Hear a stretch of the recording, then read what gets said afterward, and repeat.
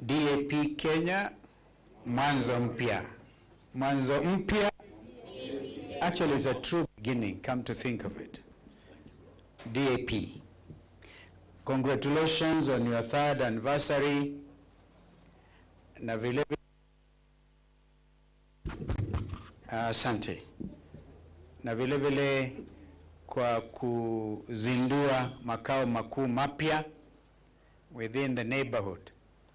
But as I was driving in, I noticed a very big kibao pale near the petrol station. DAP Kenya, kubwa sana. Ungeweka pia ya wiper iko hapo. Yetu tunaanzia karibu hapa. Hata sisi basi tutaenda tuweke hapo. Na wenzetu hawa pia wakija waweke yao pale. So that the country will know the headquarters of the incoming administration. Kwa hivyo ni furaha tele. Peter Salasia sijui kama bado yupo ako pale. Ile ni kijana wa ajabu ile. Amesema niwaalike pia Sekuru. Sio tu Zito wa Munyoro, Mheshimiwa Rigiji. Na kule kwingine kuna Ishaweri vile vile tulienda huko one of these days. So Peter, I will invite you. Kwanza nitaenda na wewe peke yangu nikakuchinjie kambuzi, na pengine kama hujapata mchumba nipatie kasichana huko. You know, we had a commitment mbele ya padri pale kwamba lazima uoe bwana. Huko na changamoto kubwa pale. But don't be in a hurry, as I told you, don't be in a hurry. Because ukiwa kwa hurry, wengine hawatajua watakutambua kwa sababu gani.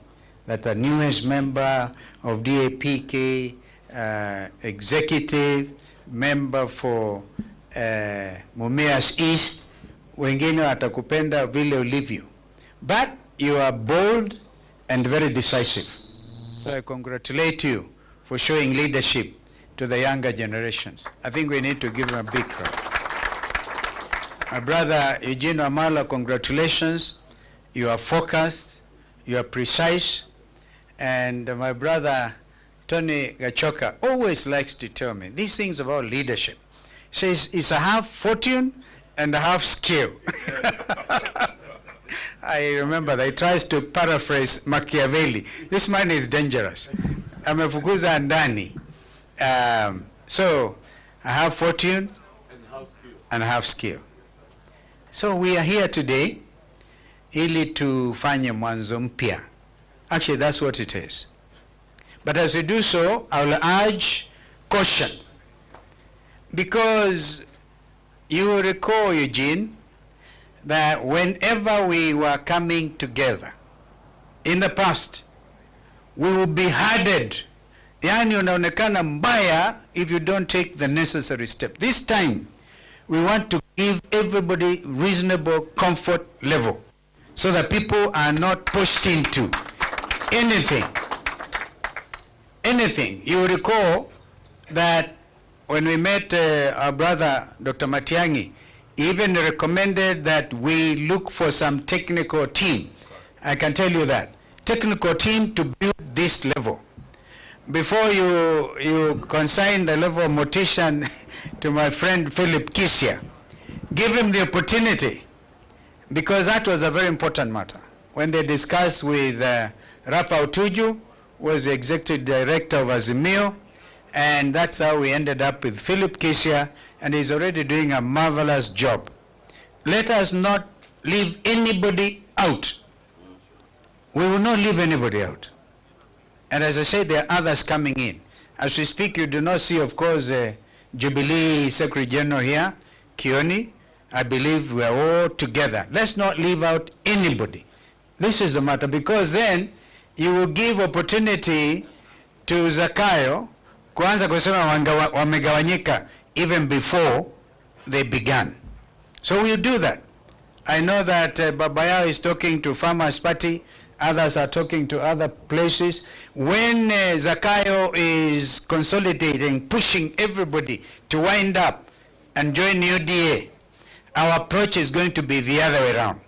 We'll open the space so that as many parties as are willing will join this wonderful, wonderful winning team. I hope I'm talking to you. So that's what I wanted to say. There's no room for division.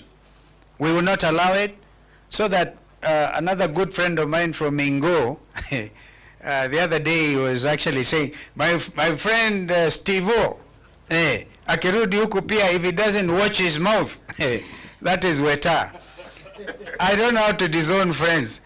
I was with Weta and Raila, kumbuka kule, wakati after 2013 elections, ile sumu ya gas tulikula na yeye. One time I'll tell you a joke. I was wearing the wiper cap, and then we are demonstrating that Hassan people wametuibia kura waende. And then we are outside the university towers on University Way. Tunapigwa tear gas. If you didn't know what happened that particular day, we have fought, and we can't afford. We must get killed. I didn't know that Raila could fit into the driver's seat.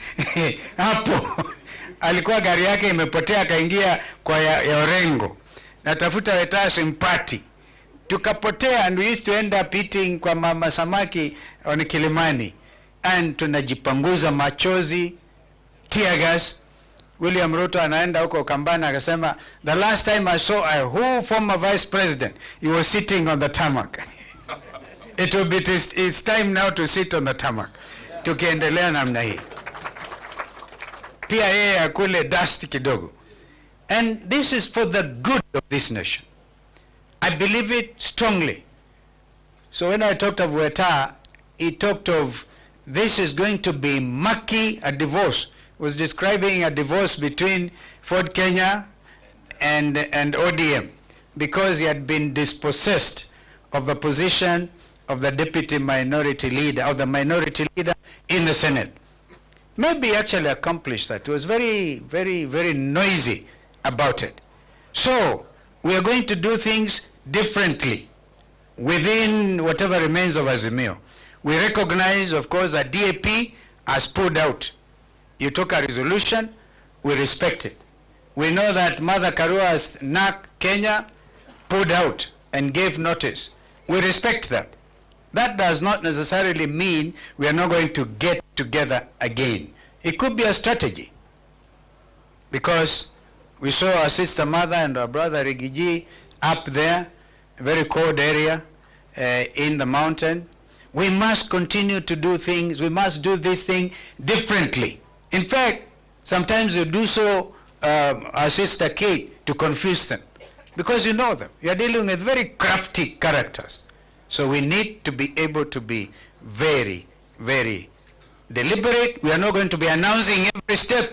My friend Eugene, let's not announce everything to these people. We have to be strategic. Wacha tuwakamatie chini. Sina mna hiyo? Wangapi anasema tuwakamatie chini? That is my advice today.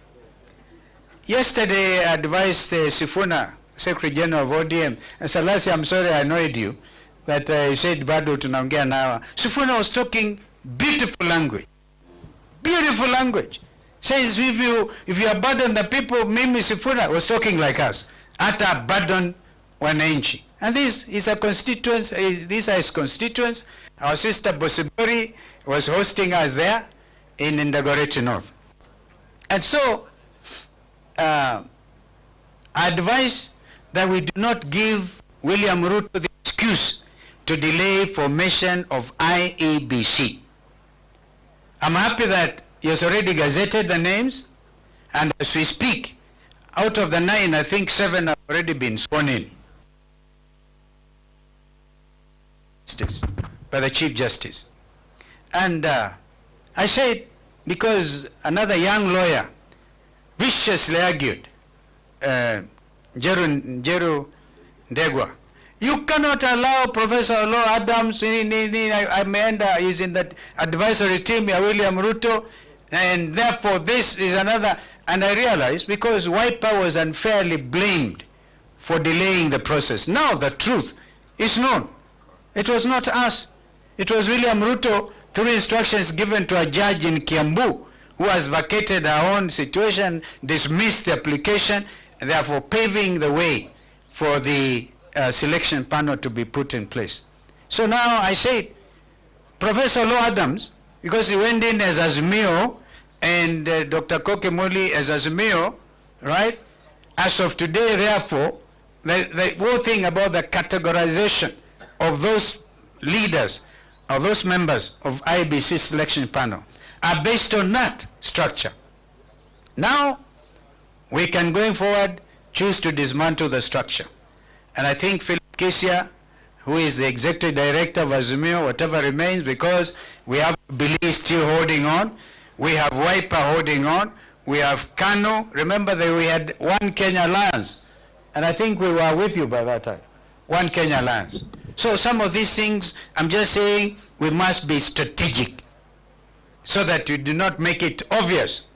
Indeed, it's going to become, let it come up and hit. Remember, there were people, Kenyans also, on social media, who are determined to get the new team going forward. And I saw myself invited to Limuru 4 conference.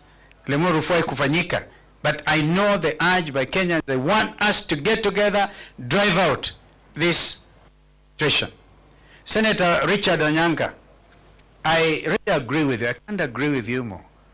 If there's a leader who has been reborn, in my view, and speaking the language of the young Kenyans, and not afraid of anything, it is Senator Richard Onyanka. So, what you have told us here is like a tip of the iceberg. I think I want to agree with Malala. When I met Malala today, we laughed. I remember the last time, this man is able to organize tremendous. He organized a big rally for Matungu, remember? We were campaigning for a candidate, One Kenya, Namulindo. Big organization. So I wondered, what happened? I still want to ask a few questions. What happened? And therefore today, ladies and gentlemen, I can tell you what is happening now is the real thing. You know, I took a position before the impeachment of the deputy president, the second deputy president. We consulted. We actually went on a retreat. And we took a principal position because the country was saying, not Rigathi Gachagua alone, but even William Ruto amtangulie. So they were saying, remember, kufa driver, kufa makanga. So we say we will not allow makanga na kufa peke yake. And that is why we took that principled position. It was not for the love of Regi G. I can tell you I've never myself at that level interacted closely with ndugu huyu Regi G. I haven't. But I can also disclose that they have been talking very closely with my brother Eugene. You know, be strategic. Mwambie Eugene kutana na yeye. Saa ingine tunakutana tukasema this thing is not right. Injustice anywhere is injustice everywhere. So Bwana Wambugu, I also thank you for standing with our brother here. One time I went to Nyeri. I had all kinds of reasons to say no to Rigathi when an opportunity arose. Because that MP for Nyeri town was a tough organizer. Nilienda kule nikapigua kelele ya ajabu. When I went there, we met with our brother Rigiji at Ndarasha, that terrible incident, the tragedy, when we were burying those children. He briefed us, tukaingia Nyeri town. I saw a different Nyeri town. By the time we were in Karatina, if I was the MP for that area, I would resign mapema. Kama kuna mtu anachukiwa na watu ambao wamemchagua, from what I could see, I don't know what the name of that MP is. I would advise him mapema, resign, tafuta kazi ingine, mwambie Zakaya kupatie ambassadorio, uame Kenya hii. Because even there will be an election. The other reason they are delaying this whole thing about IEBC is because they know now under the constitution you can recall some of those MPs. Wanaogopa hiyo kama kitu ingine. And I want to prepare our people. Now that IBC is there, tafadhali, mujiandae hawa watu wawe recalled. Because they have acted unjustly. They have supported corruption. They have, above all else, stood for a government that abducts its own citizens. And I want to pose it here. My academic brother, Tony, I want you to argue with me when we leave this place.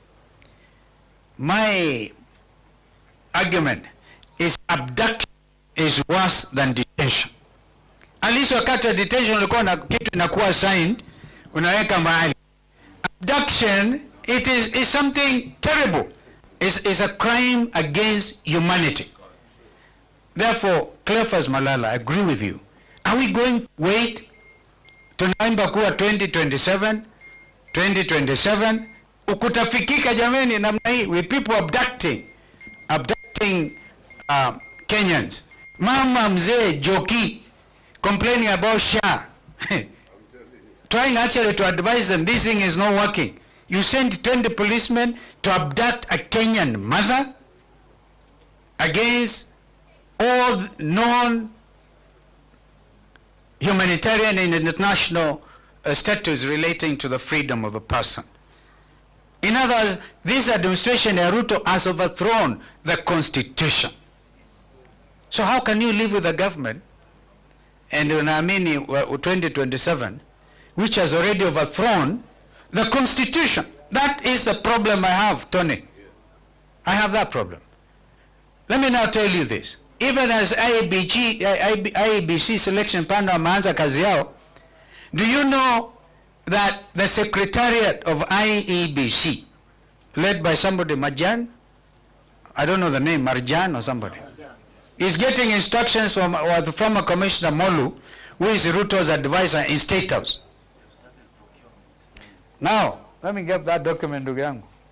They've already put a tender to procure for the next 3 years without an IBC commission in place.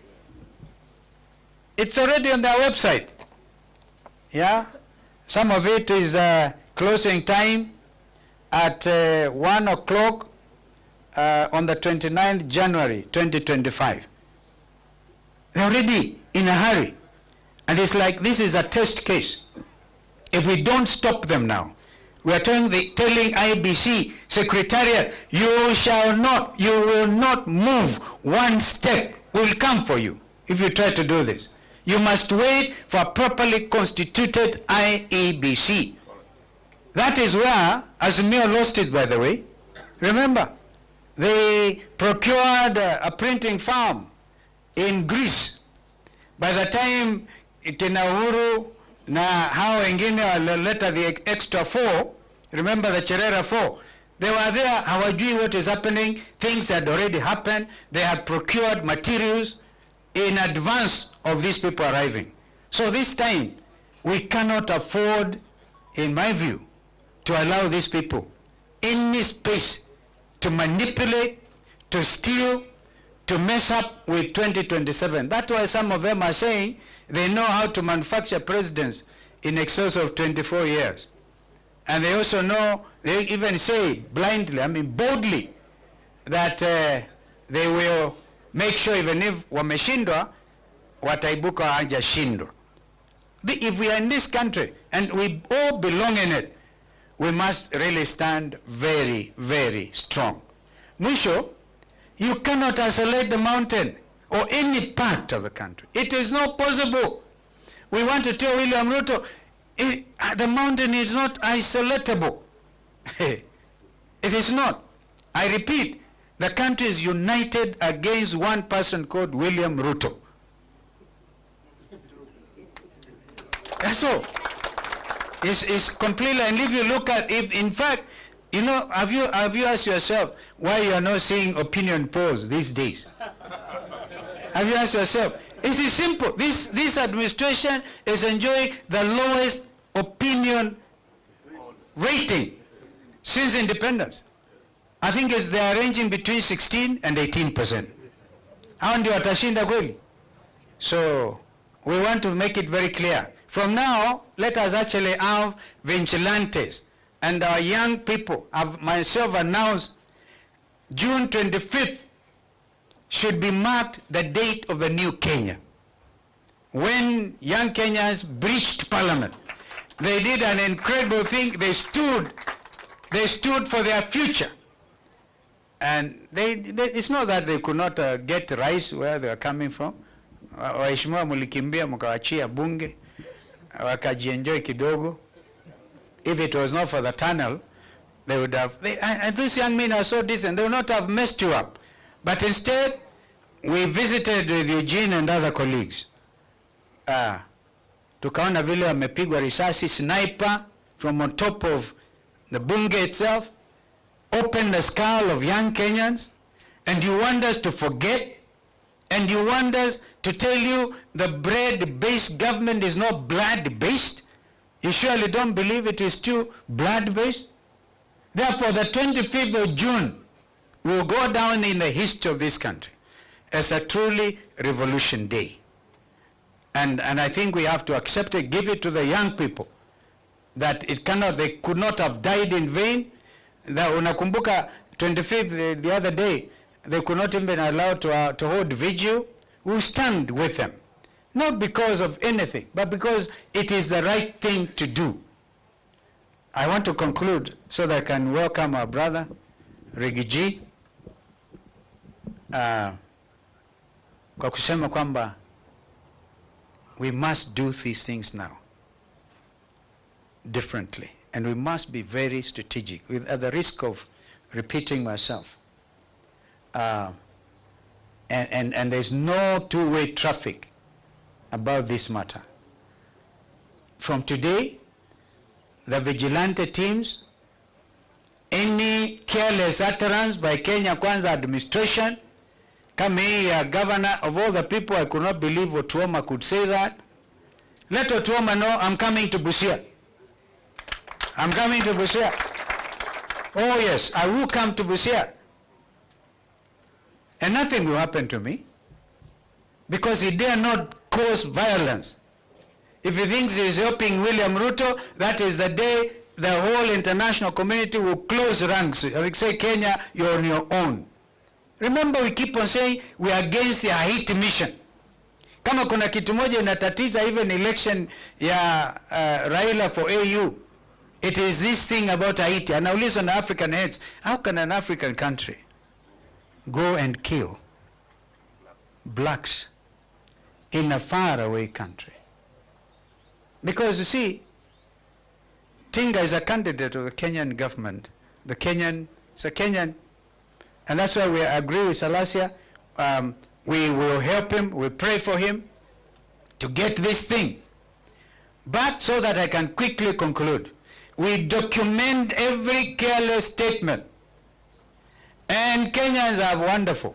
Forward every careless statement to the ICC. That is the only language William Ruto understands. So if you want to isolate the mountain will report you and all of us for crimes against humanity. We will cite you and we'll follow these things to their logical conclusions. Hayo ndio matamshi yangu, as I congratulate once again DAP Kenya. Huyo wakati umefika, if there is no alcohol, mimi itafanya demonstration pale outside because watu wamechoka. And once again, our brother Mheshimiwa Gachagua, stay firm. It is your democratic right to be heard. There are those who have already assumed that he's out of any situation because of impeachment. And as a senior counsel, I can tell you what happened on the floor of the Senate on that impeachment. Any magistrate, any judge properly directing his mind will know that was an improper impeachment. And that's why we stood with you. Karibu sana ndugu. Karibu. Thank you.